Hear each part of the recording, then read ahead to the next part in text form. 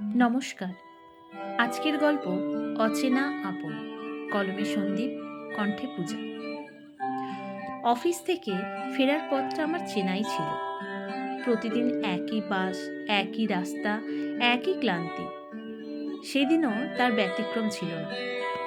সন্ধ্যা নামছিল, দোকানপাটের আলো জ্বলতে শুরু করেছে। হঠাৎ রাস্তার ধারে চোখে পড়ল একটি ছোট্ট শিশু।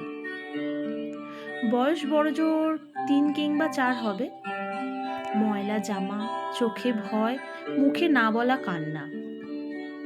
আমি প্রথমে ভেবেছিলাম হয়তো কারো সন্তান, একটু পরেই ওর মা এসে নিয়ে যাবে। কিন্তু মিনিট ১৫ কেটে গেল, আধ ঘন্টাও পেরোল, তবুও কেউ এলো না তাকে নিতে। আমি জিজ্ঞাসা করলাম, বাবা, তোমার বাড়ি কোথায়? শিশুটি কিছু বলল না, শুধু আমার দিকে তাকিয়ে রইল।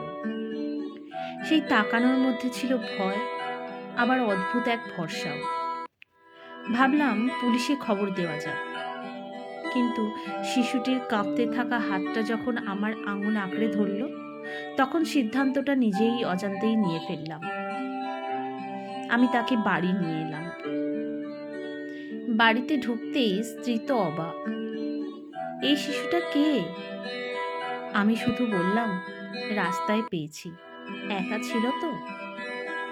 স্ত্রী কিছুক্ষণ চুপ করে থাকলো, তারপর শিশুটির দিকে তাকিয়ে ধীরে বলল, ও তো খুব ভয় পেয়েছে, আগে ওকে কিছু খেতে দিতে হবে। সেই রাতে শিশুটি আমার ছেলের পাশেই ঘুমালো। মাঝে মধ্যে ঘুমের মধ্যেই কেঁদে উঠত।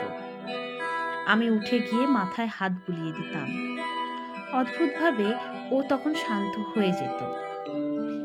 পরদিন পুলিশে জানালাম, খবরের কাগজে বিজ্ঞাপনও দিলাম। কিন্তু ২ দিন কেটে গেল, সপ্তাহ কেটে গেল, কেউ এলো না তাকে নিতে। শেষ পর্যন্ত প্রশাসনের অনুমতিতে শিশুটিকে আমরা আমাদের পরিবারের সদস্য করে নিলাম। আমাদের ২টি সন্তান ছিল, তাদের সঙ্গে সেও বড় হতে থাকলো। শুরুর দিকে মানুষ ফিসফিস করত, নিজের সন্তান না হয়েও কেন এত যত্ন? ভবিষ্যতে সমস্যা হতে পারে। আমি শুনলাম, কিন্তু উত্তর দিতাম না, কারণ ভালোবাসার যুক্তি বোঝাতে হয় না। স্কুলে ভর্তি করলাম, বই কিনে দিলাম। অসুখ হলে রাত জেগে বসে থাকতাম। পরীক্ষার আগে অন্য সন্তানদের মতো ওর মাথায় হাত রেখে বলতাম, ভয় নেই, তুমি পারবে। ও আমাদের ডাকতো বাবা মা বলে। এই ডাকের মধ্যে কোনো ভেজাল ছিল না। বছর কেটে গেল।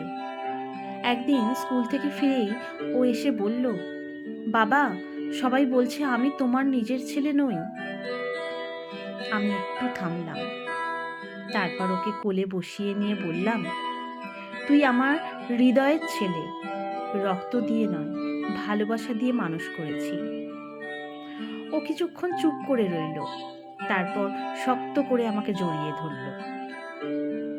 আজ সে বড় হয়েছে, চাকরি করে, নিজের পায়ে দাঁড়িয়েছে।